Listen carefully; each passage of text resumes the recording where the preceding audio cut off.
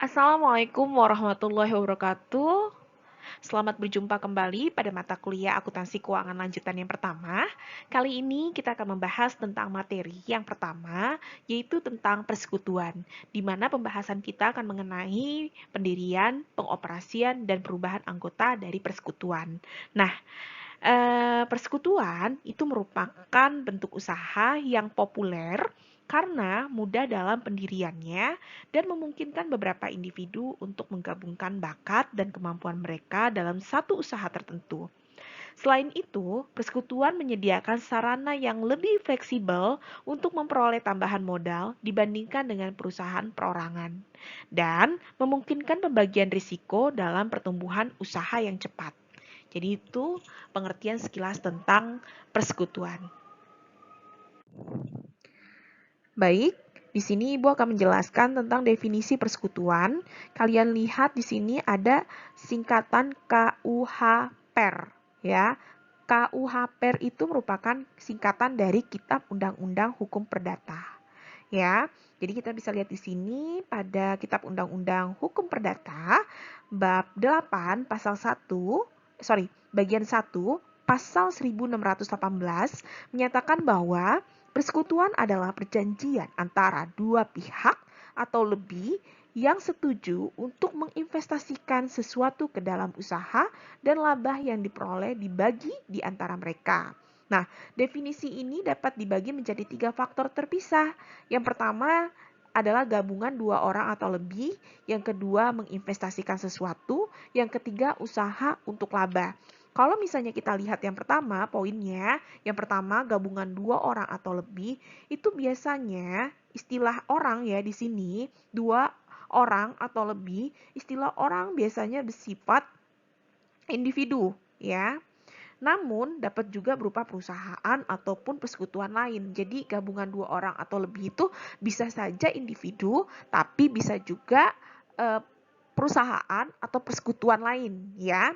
Kemudian, untuk menginvestasikan sesuatu, poin yang kedua, artinya setiap sekutu dapat memberikan kontribusi sesuatu ke dalam persekutuannya, ya. Dan yang terakhir, ketiga, usaha untuk laba. Sebuah persekutuan mungkin saja didirikan untuk melaksanakan segala macam jenis usaha hukum, perdagangan, profesi, dan jasa lainnya. Namun, persekutuan harus bertujuan menghasilkan keuntungan, di mana organisasi nirlaba seperti yayasan bukanlah sebuah persekutuan. Jadi kalian harus pahami ya, definisi dari persekutuan itu menurut ya Kitab Undang-Undang Hukum Perdata ada 3 nih definisi yang harus paling kalian pahami, yaitu gabungan dua orang atau lebih, ya, bukan merupakan individu. Kemudian untuk menginvestasikan sesuatu, jadi masing-masing individu itu menginvestasikan sesuatu dari individunya masing-masing. Kemudian yang ketiga adalah usaha untuk laba. Jadi kalau misalnya dia ini merupakan perusahaan yang bentuk sekutu atau bentuk perusahaan nirlaba, itu bukan termasuk dari persekutuan. Karena persekutuan itu sendiri merupakan usaha untuk laba. Paham ya sampai sini? Slide ini menjelaskan tentang pendirian persekutuan. Jadi yang harus kalian pahami adalah salah satu dari keuntungan utama terbentuknya persekutuan adalah mudah dalam pendiriannya, ya. Nah, kesepakatan untuk mendirikan sebuah persekutuan ini bisa bersifat formal dan juga informal. Nah, kalau misalnya yang bersifat informal itu seperti orang yang berjabatan tangan, ya.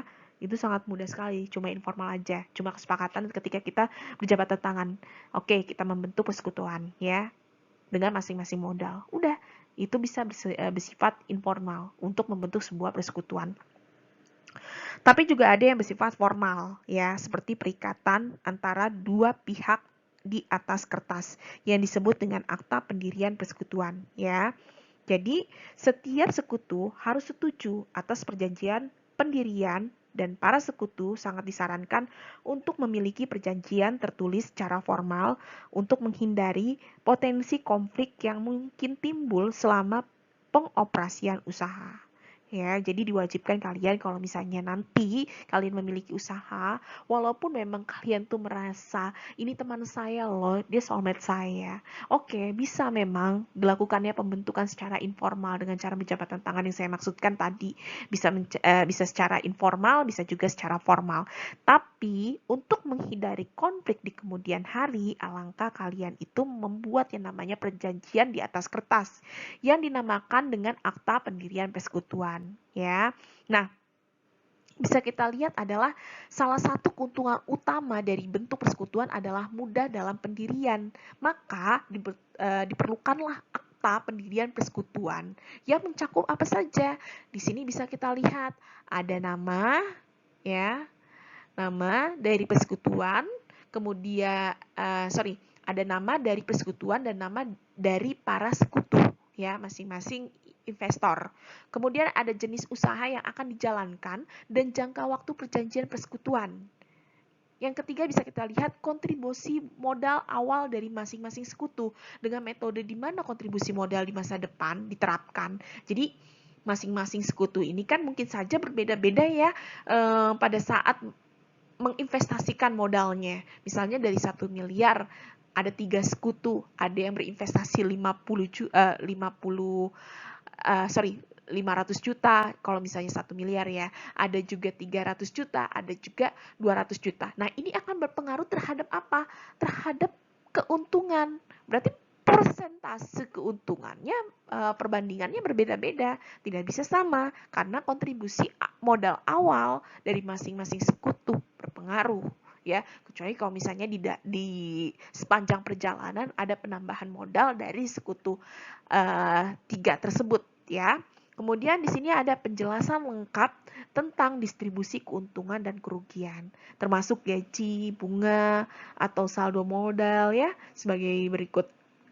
Kemudian, prosedur yang digunakan dalam perusahaan persekutuan seperti penambahan sekutu baru dan pemberhentian sekutu baru tertulis ini di akta pendirian persekutuan. Kemudian yang terakhir ada aspek lain dari operasi yang diputuskan oleh sekutu seperti hak manajemen dari masing-masing sekutu, prosedur pemungutan suara dan metode akuntansinya itu tertuang semua di akta pendirian persekutuan dengan tujuan untuk menghindari konflik kepentingan masing-masing sekutu, ya.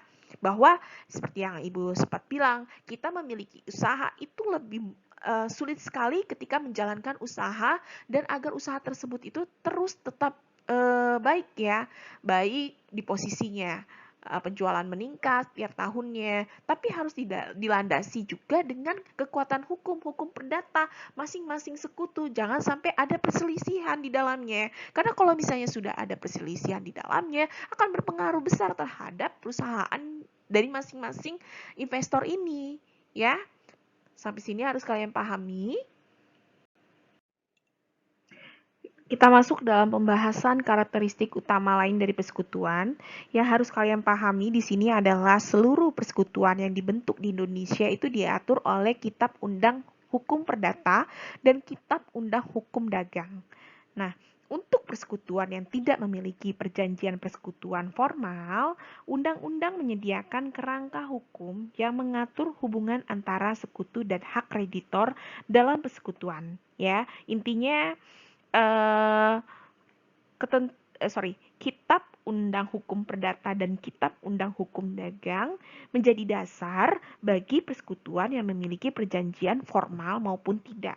Paham ya sampai sini ya? Nah, berikut bagian dari Kitab Undang Hukum Perdata dan Kitab Undang Hukum Dagang yang terkait dengan pembentukan dan pengoperasian persekutuan, yang terkait dengan penghentian dan likuidasi persekutuan. Jadi ini karakteristik utama lain dari persekutuan, ya. Kita bisa lihat dari yang pertama itu ada perjanjian persekutuan. Menurut Kitab Undang Hukum Perdata dan Kitab Undang Hukum Dagang, ya. Ini mengatur hubungan-hubungan dalam persekutuan yang tidak disajikan secara spesifik dalam perjanjian persekutuan, sehingga menurut kitab undang-undang ini digunakan oleh pengadilan ketika tidak ada perjanjian persekutuan, ya. Jadi jikalau nanti di kemudian hari ada permasalahan terkait tentang persekutuan, nah sementara masing-masing investor maupun kreditor yang terlibat di dalam persekutuan ini terlibat dalam sengketa dan tidak ada perjanjian secara formal, maka ada dua ketentuan yang bisa diambil, ya. Jadi rujukan yang diambil dari sengketa tersebut, yaitu ketentuan undang hukum perdata dengan ketentuan atau kitab undang-undang hukum dagang, ya. Dua, KUH PER dan KUHD, ya. Jadi kalau misalnya kemudian hari terjadi sengketa, masing-masing dari investor dan kreditor, ya, bisa melihat dari sini kalau misalnya tidak ada perjanjian di akte pendiriannya, tapi hanya dibentuk secara informal, ya.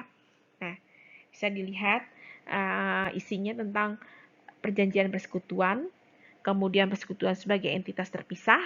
Sekutu adalah wakil agen persekutuan. Kemudian kewajiban sekutu adalah kewajiban bersama. Hak dan kewajiban sekutu seperti apa? Isinya, ya. Nah, kepentingan sekutu yang dapat dialihkan dalam persekutuan bagaimana? Berhentinya sekutu seperti apa? Paham ya sampai sini, ya?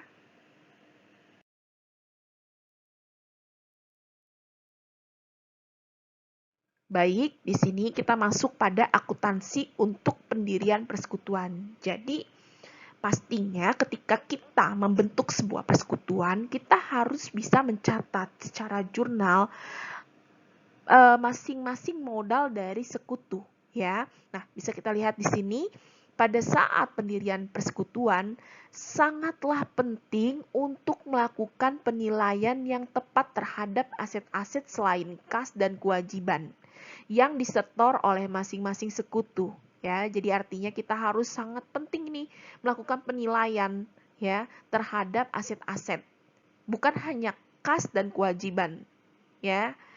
Nah, setiap kontribusi dari sekutu akan menjadi kekayaan persekutuan dan dimiliki secara bersama. Jadi kontribusi, misalkan persekutuan ini terdiri dari 2 atau 3.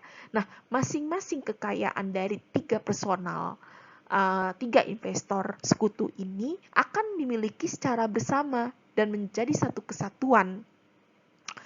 Persekutuan harus dapat memisahkan secara jelas antara kontribusi modal dan pinjaman yang diberikan oleh sekutu kepada persekutuan, ya. Jadi harus dipisahkan mana yang modal, mana yang pinjaman. Walaupun yang memberi ini adalah sekutu, anggota sekutu, ya. Harus dipisahkan mana modal, mana pinjaman, ya.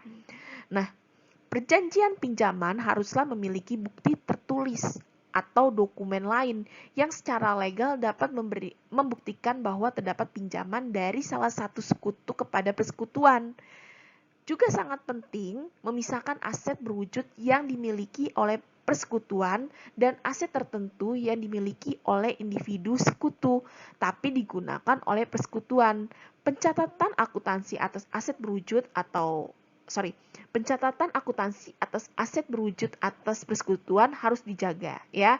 Nah, ini ilustrasinya untuk pencatatan akuntansi pendirian persekutuan, Nah, ilustrasi berikut digunakan sebagai dasar untuk diskusi selanjutnya, ya. Ini contohnya ada Aldi, kemudian Aldi perusahaan perorangan, ya.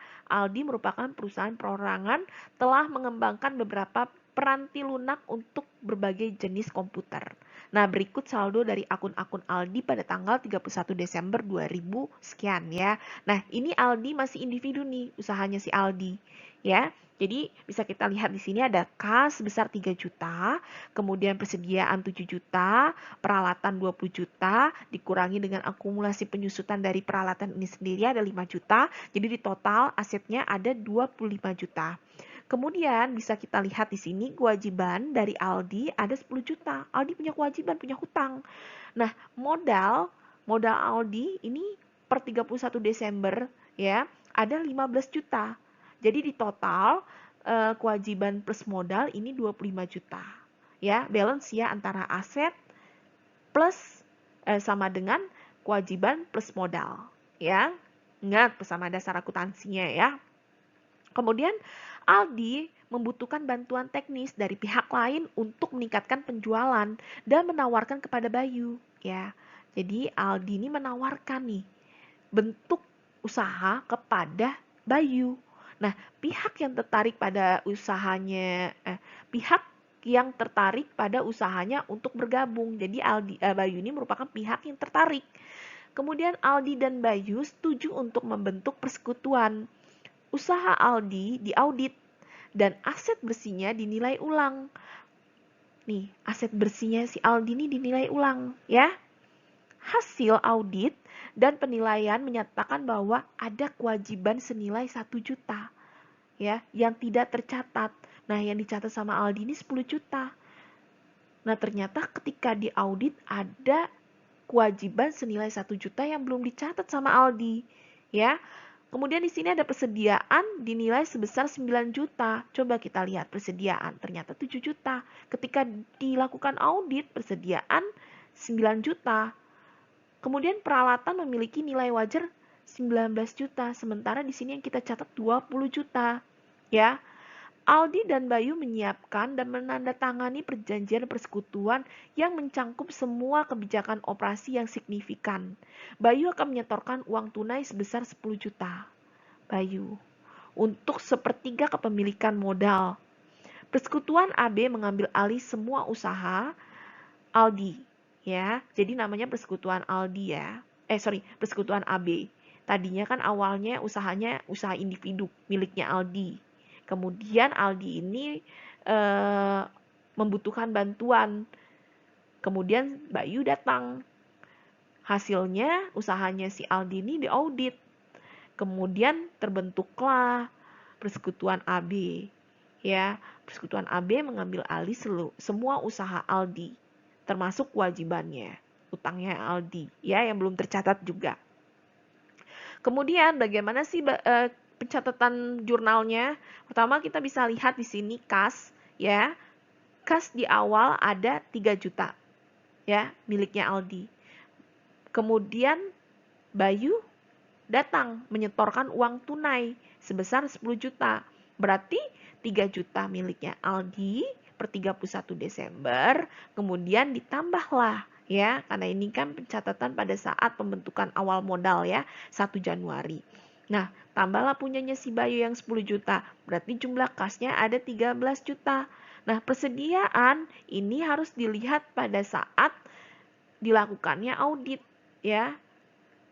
Berarti kita menggunakan persediaan senilai 9 juta, bukan yang 7 juta. Ya. Kemudian peralatan 19 juta. Sama ya dengan persediaan, ketika hasilnya dia audit kembali, bukan 20 juta, tapi malah 19 juta.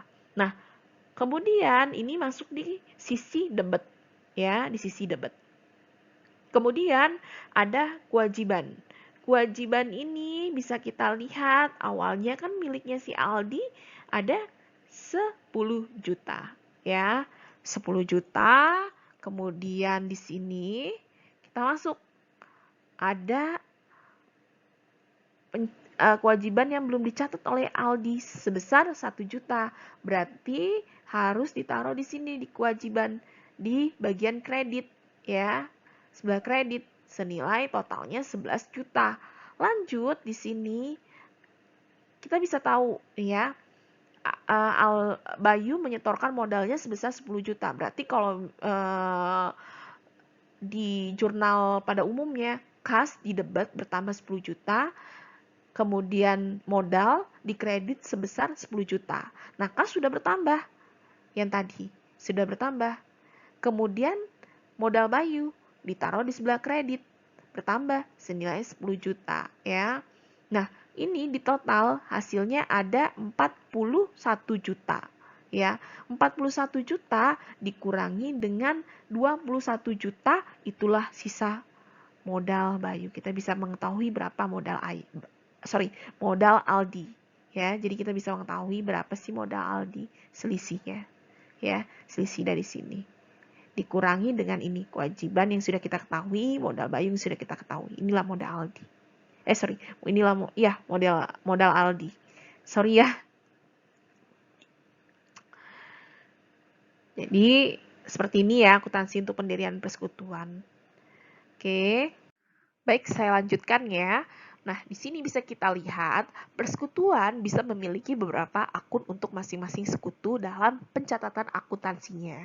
Akun sekutu tersebut adalah, bisa kita lihat di sini ada akun modal, kemudian akun prefer, kemudian ada akun pinjaman. Nah, untuk akun modal itu sendiri adalah pada saat investasi awal para sekutu, setoran modal selanjutnya didistribusikan keuntungannya atau kerugiannya dan penarikan modal oleh sekutu dicatat dalam akun modal para sekutu. Setiap sekutu memiliki satu akun modal yang biasanya bersaldo kredit ya, bersaldo kredit. Jadi ketika ada sekutu melakukan penambahan modal, berarti kalau untuk ada penambahan modal dalam bentuk uang tunai, berarti kas bertambah di sebelah debit, sementara modal bertambah di sebelah kredit ya, seperti Bayu tadi yang di penjelasan sebelumnya yang sudah Ibu jelaskan. Kemudian untuk akun prefer, para sekutu biasanya melakukan penarikan atas aset dari persekutuan sepanjang tahun sebagai antisipasi atas keuntungan. Contohnya, jurnal berikut dibuat dalam pembentukan persekutuan AB untuk penarikan kas senilai 3 juta rupiah oleh Bayu. Berarti pencatatannya bagaimana?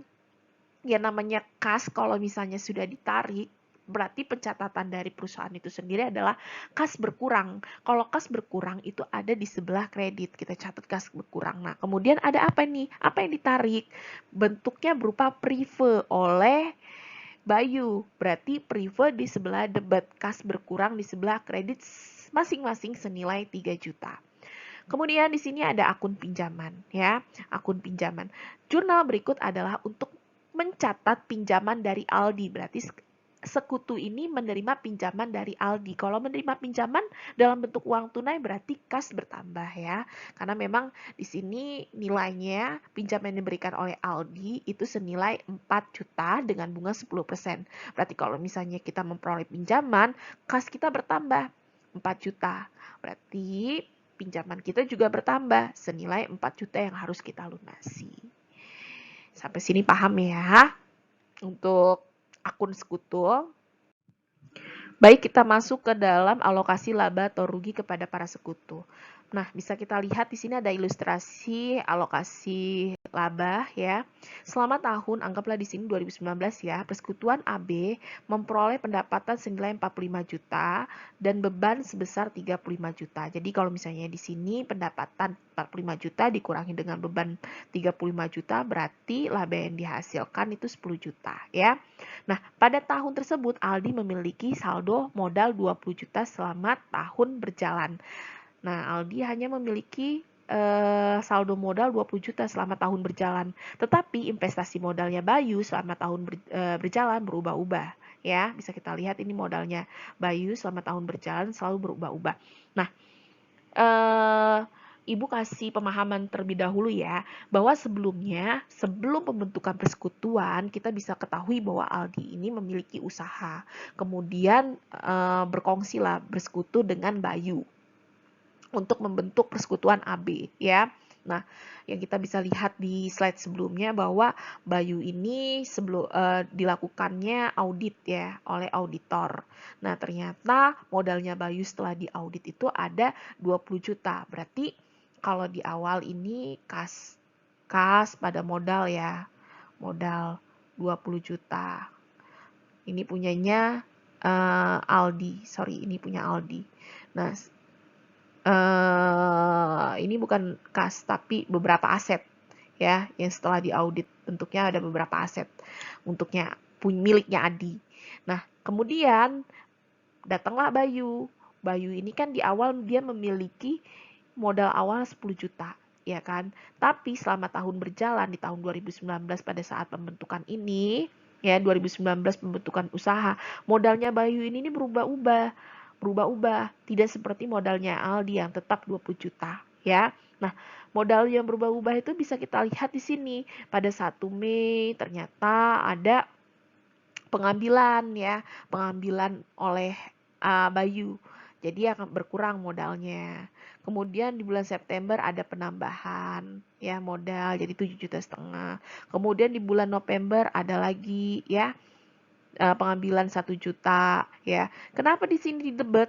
Ya, yang harus kalian pahami ketika modal itu modal modal kan ketika yang ini yang Ibu jelaskan, ketika modal disetor kas bertambah 20 juta misalnya. Kemudian modal bertambah di sebelah kredit 20 juta.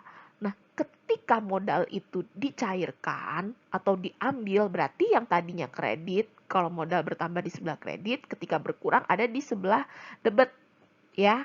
Ada di sebelah debit. Berarti 1 November ini ada pengurangan, ya, diambil sama Bayu senilai 1 juta. Jadi modalnya 10 juta, berkurang tadinya 3 juta, terus lagi bertambah lagi 500.000, kemudian berkurang lagi 1 juta, jadi 6 juta 500 sampai dengan 31 Desember tetap 6 juta 500, ya. Nah, kemudian kita udah bisa tahu nih, ternyata modal per tanggal 31 Desember punya Bayu, 31 Desembernya 6 juta 500, ya. Nah, rasio pembagian laba secara arbitrer ya. Jadi di sini Aldi dan Bayu dapat saja menyetujui pembagian laba dengan rasio yang tidak ada hubungannya dengan saldo modal atau kondisi operasional persekutuan. Misalnya, para sekutu setuju untuk pembagian modal sebesar 60% punyanya Aldi, 40% punyanya Bayu. Beberapa perjanjian pada persekutuan menyatakan perbandingan ini sebagai rasio 3:2 ya. Ini bisa kita lihat nih. Sesuai dengan perjanjiannya ya. Kalau misalnya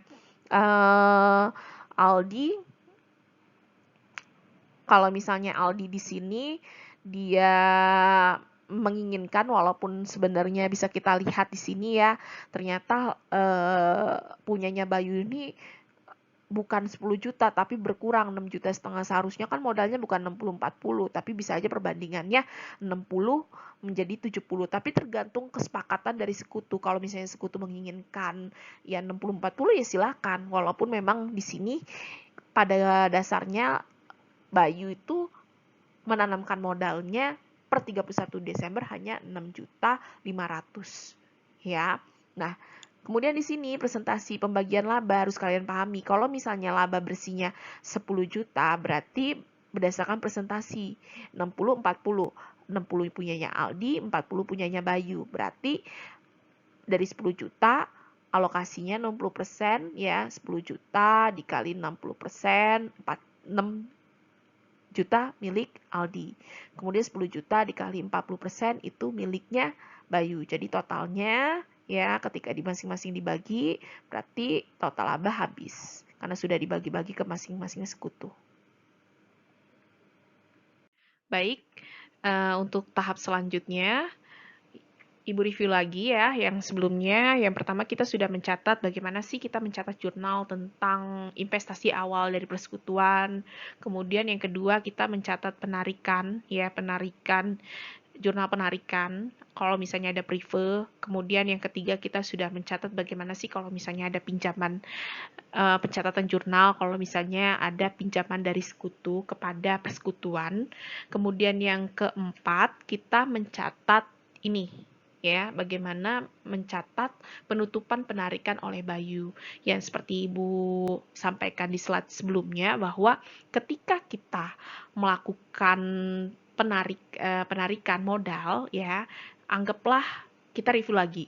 Ketika modal itu bertambah, itu ada di sebelah kredit. Sementara ketika modal itu ditarik, ada di sebelah debit ya. Artinya tadi kita sudah lihat bahwa di tahun 2019 modalnya Aldi ini tetap 20 juta. Sementara modalnya Bayu yang tadinya 10 juta itu berubah-ubah sampai dengan 31 Desember 2019 yang hanya totalnya per 31 Desember ada 6.500.000 ya.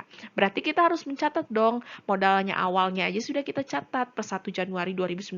Berarti ketika per 31 Desember 2019 kita harus mencatat juga penarikan dari Bayu ya. Nah, ternyata dari 10 juta itu di total-total ada 4 juta penarikan modal Bayu selama tahun 2019. Berarti kita mencatatnya untuk menutup penarikan oleh Bayu ini kita catat modal Bayu senilai 4 juta di kredit, kemudian penarikan Bayu di sebelah kredit senilai 4 juta. Kemudian kita harus menutup pendapatan dan bebannya. Ya, jadi kita harus pahami juga bahwa di tahun 2019 ini persekutuan si Aldi dan Bayu ini memperoleh pendapatan senilai 45 juta. Berarti jurnalnya pendapatan di sebelah debit senilai 45 juta. Kemudian ada beban. Beban ini sebesar 35 juta. Berarti ditaruhlah di sebelah kredit 35 juta. Nah, selisih dari pendapatan dikurangi dengan beban itulah itisar laba rugi akunnya. Ya, senilai 10 juta ada di sebelah kredit. Nah, dari 10 juta laba yang dihasilkan dari persekutuan tersebut, maka akan dibagi-bagi ke beberapa pemilik modal, di mana komposisinya Aldi 60% dan Bayu 40%. Berarti dari laba ini, itisar laba rugi di sebelah debit sebesar 10 juta, kemudian dibagilah laba tersebut kepada Aldi dan Bayu dalam bentuk uang tunai mungkin saja ya. Berarti di kredit ini modal Aldi senilai 6 juta. 6 juta diperoleh dari 10 juta dikali 60% komposisi pembagiannya ya. Kemudian sisanya yang 40% miliknya Bayu, nilainya 4 juta.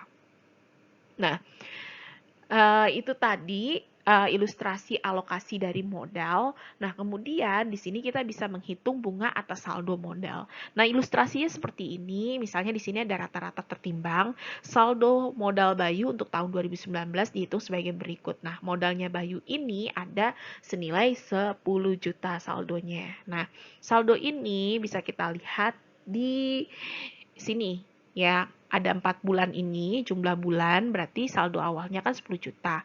Nah, jumlah bulannya itu terdiri dari 4 bulan. 4 bulan itu didapat dari 1 Januari sampai 1 Mei ini, ya. 1 Januari. Baik, Ibu lanjutkan. Sebelum Ibu lanjutkan, Ibu mengkonfirmasi kembali kepada kalian bahwa referensi yang Ibu ambil ini, Ibu menggunakan buku Akuntansi Keuangan Lanjutan, buku 2, di mana penerbitnya itu Salemba 4. Jadi, jikalau di video sebelumnya, maksudnya di slide sebelumnya, ada beberapa materi yang kekat, Ibu berharap kalian bisa mencari buku di halaman terakhir yaitu halaman 223 ya. 223 karena Ibu khawatir kalau misalnya itu tadi terjadi trouble ya, di mana ada materi-materi yang sempat kekat dan ada juga materi yang memang kalian kurang pahami karena Ibu begitu cepat penjelasannya ya. Oke, kita lanjut ke yang pertama. Ini yang pertama ya. Sorry. Yang pertama ya pembahasan kita. Nah, ini tentang bunga ya. Nah, jika Aldi dan Bayu setuju mengenakan bunga 15% atas rata-rata tertimbang saldo modal dengan sisa laba yang akan didistribusikan pada rasio perbandingan 60-40, maka distribusi laba 10 juta akan dihitung sebagai berikut. Ingat presentasi di awal bahwa Aldi itu 60% dan Bayu 40%. Nah, rata-rata modal di sini Aldi 20 juta. Aldi tetap ya 20 juta karena pada saat perusahaan itu atau persekutuan itu dibentuk dari 1 Januari sampai dengan 31 Desember, modalnya Aldi ini tetap sama 20 juta. Berbeda dengan si Bayu. Bayu ini perhitungannya modal yang di awal per 1 Januari 2019 dia ini masukin 10 juta. Kemudian di prosesnya setiap bulannya di tahun yang sama itu ada pengambilan pribadi, terus lagi ada penyetoran kembali, udah itu pengambilan lagi ya. Jadi kalau misalnya kalian lihat di buku halaman 223 itu rata-rata modal punyanya Bayu itu 8 juta ya. Nanti bisa kalian baca di situ kalau misalnya di video sebelumnya itu kekat ya. Ibu tidak perlu ulangi lagi, kalian bisa mencari di halaman 223. Nah, untuk laba bersih yang dihasilkan itu senilai 10 juta ya. Di awal sudah kita pelajari di mana udah Ibu jelaskan di mana di tahun 2019 untuk persekutuan ini mendapat pendapatan senilai 45 juta dikurangi dengan beban senilai 35 juta, hasilnya 10 juta adalah laba bersih ya. Nah, seiring waktu ya, perusahaan tersebut ada melakukan pinjaman. Nah, pinjaman tersebut dikenakanlah bunga sebesar 15% dari modal. Jadi kalau misalnya di sini bisa kita lihat modalnya, sini kan bunga atas modal. Nah, modal yang diperoleh dari Aldi itu 20 juta. Sementara Bayu 8 juta ya, jadi 20 juta ini langsung saja dikalikan 15% dari bunga, hasilnya 3 juta, kemudian untuk Bayu 8 juta dikali 15% 1 juta 200, didistribusikan ke masing-masing pemilik modal ya di dalam persekutuan. Jadi totalnya 3 juta ditambah 1 juta 200 itu 4 juta 200. Nah, 10 juta dikurang 4 juta 200, sisa labahnya hasilnya 5 juta 800. 5 juta 800 inilah yang didistribusikan ke masing-masing pemilik modal sesuai dengan presentasi labahnya. 5 juta 800 dikali 60%, hasilnya 3 juta 480.000 miliknya Aldi, kemudian 5.800.000 dikali 40%, hasilnya 2.320.000 miliknya Bayu. Ya, sampai sini untuk alokasi bunga, paham ya? Kemudian kita akan kembali ke yang nomor 2. Ya, nomor 2.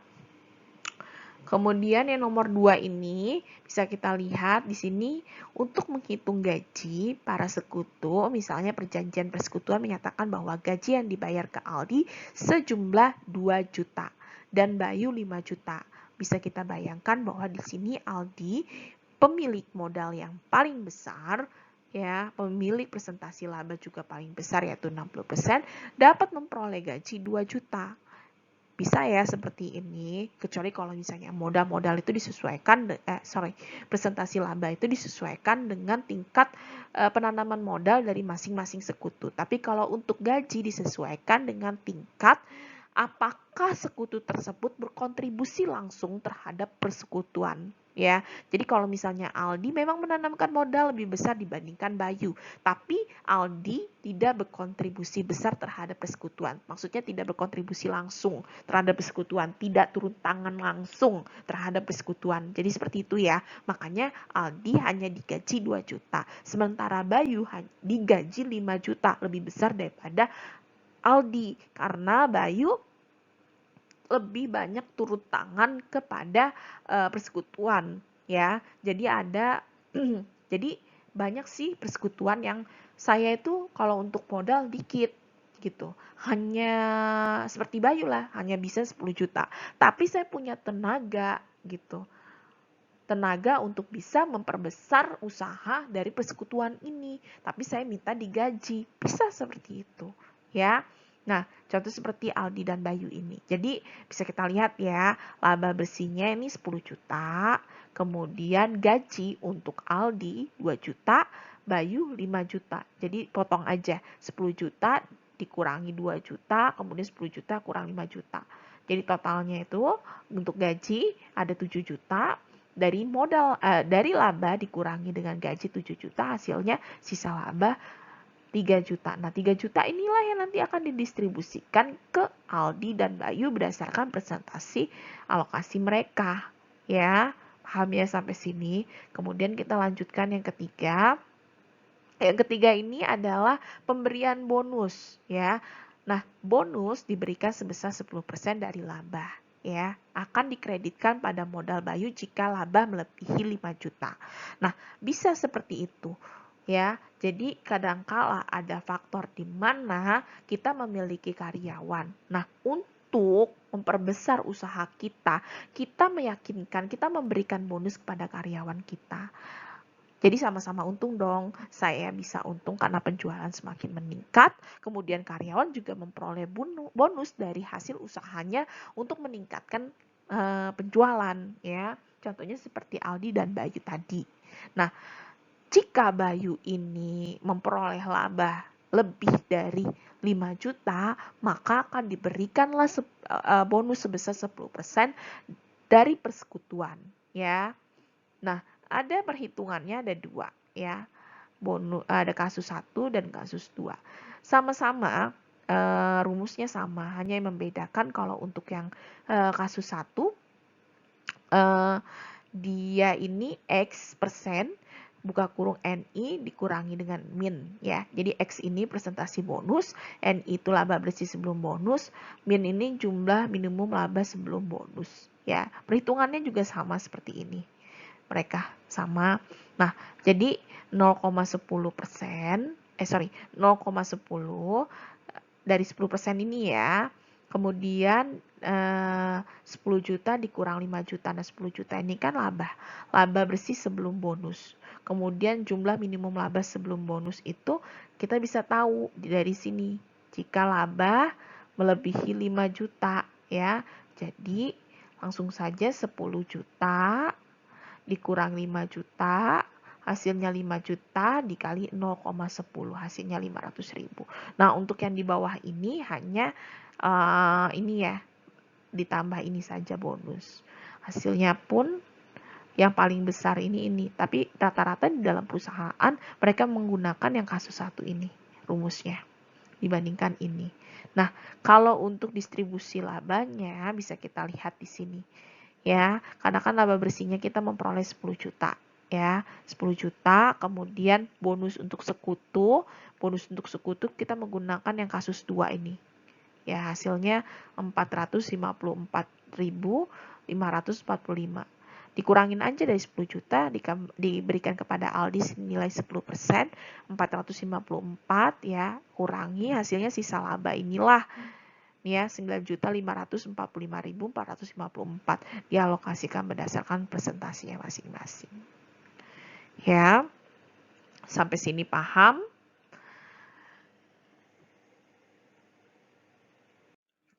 Baik, sekarang kita lanjutkan pada alokasi laba dengan dasar bertahap.